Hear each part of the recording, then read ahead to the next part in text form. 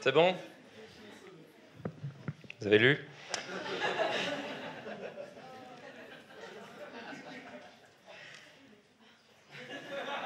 C'est un garçon.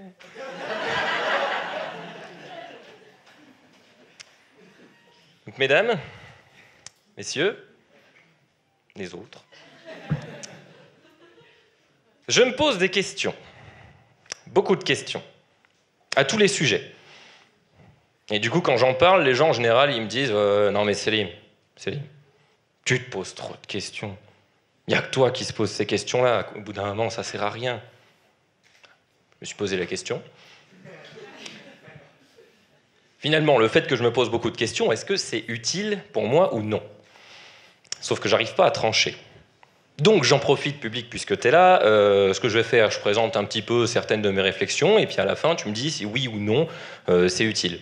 Un peu comme un vote. T'aimes voter? Bon. Alors l'autre matinée, j'étais dans mon canapé, avec mon café, devant la télé. Je regardais Motus. Et juste après Motus, il y a... Les amours. Voilà.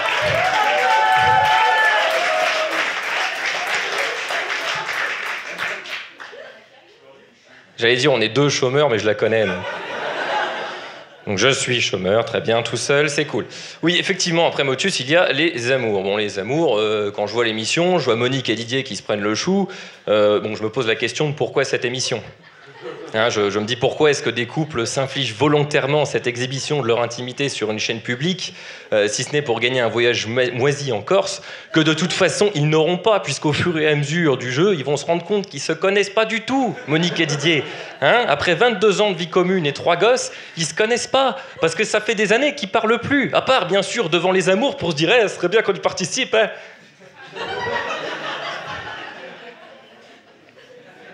Mais bon, ça, on se l'est tous déjà dit, je veux dire, j'enfonce une porte ouverte. Non, ma vraie question, elle tient du générique. Dans le générique des Amours, bon, il y a une petite musique qui commence, et après, il y a une animation style pop art américaine, années 50, limite propagande. Et ça t'affiche Les Amours présentés par Tex. Bon, présenté, on est d'accord que tu peux l'écrire présenté et, parce que c'est présenté.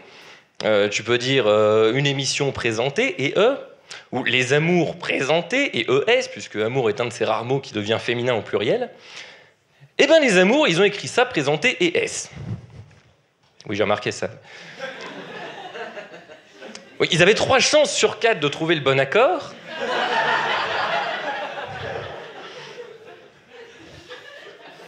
Et ils se sont plantés.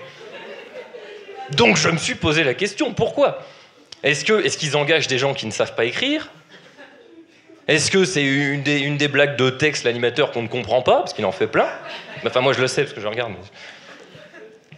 Est-ce que, je sais pas, c'est pour faire une distinction avec les gens de Motus qui sont dopés à l'orthographe? Donc eux, ils sont là, on sait pas écrire, on en a rien à foutre. Nous, on est en couple. Nous, on peut trouver quelqu'un, parce que notre passion, c'est pas Motus. Ou pire, quand on y réfléchit, les amours, ça passe à 11h du matin sur France 2 en semaine. Qui sont les 900 000 personnes chaque jour qui regardent ça? Hein, forcément, ce sont des gens qui ont le temps, qui ne travaillent pas. Je dirais des chômeurs, je dirais des retraités, des personnes finalement en situation précaire. Limite des prolétaires, des gens comme moi. Des gens comme Didier. Hein? Et est-ce que finalement cette faute-là ne serait pas volontaire, hein, pour nous qui sommes en situation de précarité, nous continuons... Tu vois pas que je suis en train de...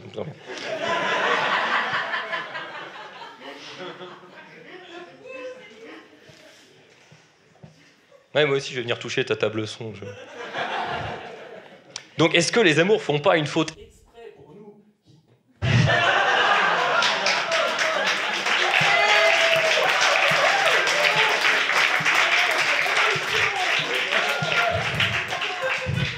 Faut pas me faire chier. Pas en ce moment.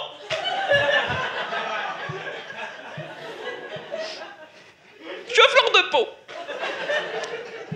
Donc les amours. Cette fameuse faute dans le générique, est-ce qu'elle serait pas faite exprès pour les personnes comme moi qui sommes en situation de précarité, des prolétaires, pour nous laisser dans l'ignorance, pour nous désinformer, nous décérébrer, nous empêcher de nous armer et de nous rebeller contre les puissants. Est-ce que les amours ne feraient pas le jeu de la manipulation médiatique ?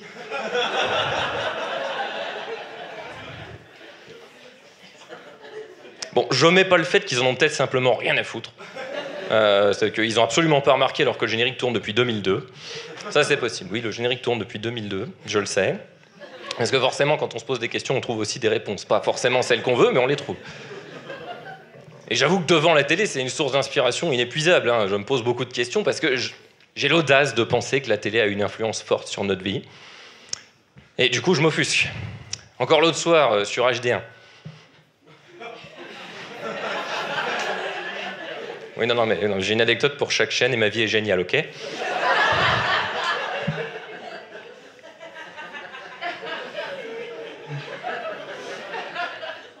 Sur HD1.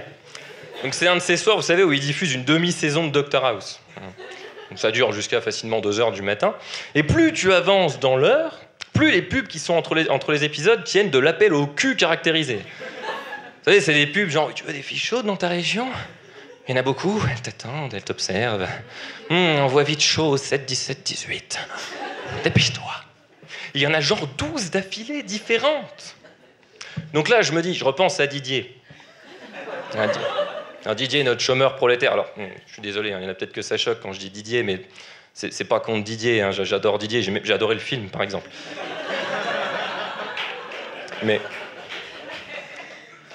c'est juste que quand je dis Didier le chômeur, ça colle direct. Alors que si jamais je dis le chômeur Jean-Eudes, ça, voilà. Donc, Didier. Bon, Didier. Lui, il est comme ça. Bon, ça fait 4 ou 5 épisodes qu'il sent son slibard gonflé à cause du décolleté de Cuddy. Et là, il tombe devant une douzaine de pubs avec des filles qui lui disent « Je suis près de toi, j'ai envie, mais bon. » Bah, il craque, Didier. Donc, il est comme ça, dans son lit, tu vois. Genre... Ouais. Oh, Monique Monique, tu dors ?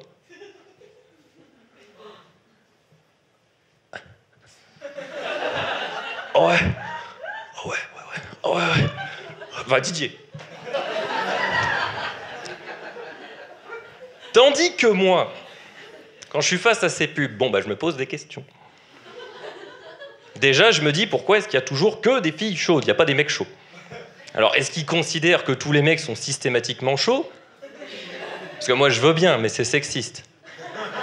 C'est pas forcément faux, mais la réalité peut être sexiste. Donc, toi, j'ai pas forcément la réponse. Après, je me dis, il y en a 12 au moins. Donc, il doit forcément y avoir une différence de service entre tout ça. Alors, je lis les petites lignes. Il y a des petites lignes ? Oui, il y a des petites lignes. Oui. Tu le saurais si tu n'étais pas occupé à... À ma grande surprise, dans les petites lignes, je découvre que la différence ne se fait pas dans le prix, mais dans l'ancienneté et l'expérience. J'en veux pour preuve que certains services disent « Attention, possibilité de nécessité d'une connexion 4G » et d'autres « Nécessité d'une connexion WAP ». Le WAP, tu l'utilisais sur ton 6210 pour télécharger une sonnerie Crazy Frog.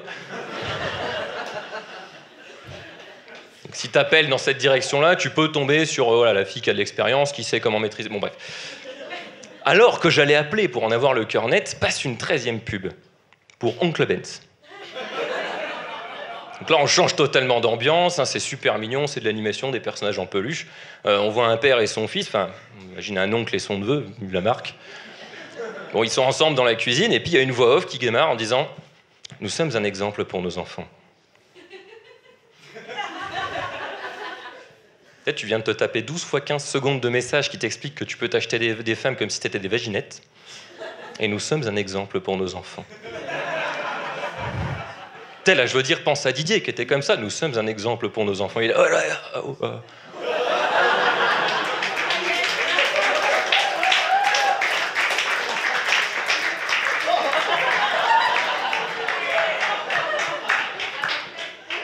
Bah oui, même Didier, il est obligé de se desserrer le tube à ce moment-là. Hein.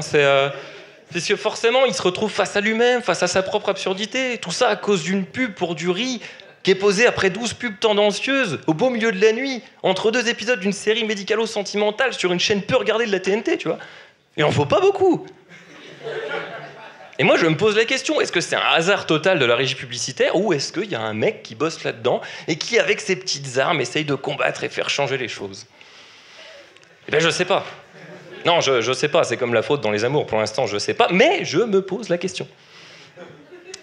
Voilà, donc forcément, à ce moment-là, présenté comme ça, il y a des gens qui peuvent se dire, est-ce que vraiment tu as que ça à foutre? Alors, le problème, c'est que c'est pas un moment où je me dis, tiens, et si je me posais des questions? C'est comme ça que je suis. Hein, voilà. Donc ça peut d'ailleurs poser problème en société, parce que si je le fais en direct avec des gens, ça s'appelle du cynisme. Hein, c'est ça qui fait que quand on me dit, par exemple, tu sais, fumer, c'est mauvais à la santé. Ben moi, je suis obligé, je suis là. Quoi? Quoi? Fumer, c'est... T'es sûr? Mais depuis quand? Enfin, c'est un problème de santé publique, faut faire quelque chose, je sais pas, moi, l'écrire sur les paquets.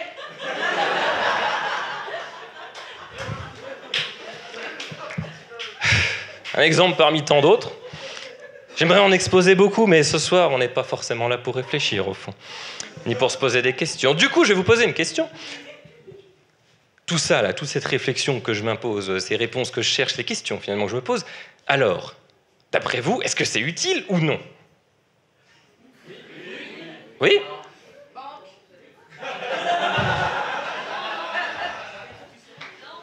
Il n'y a plus la télé depuis 2007. Oui, très bien, très bien. Dans ce cas-là, j'aimerais qu'on arrête de me dire que je suis le seul à me les poser. Merci.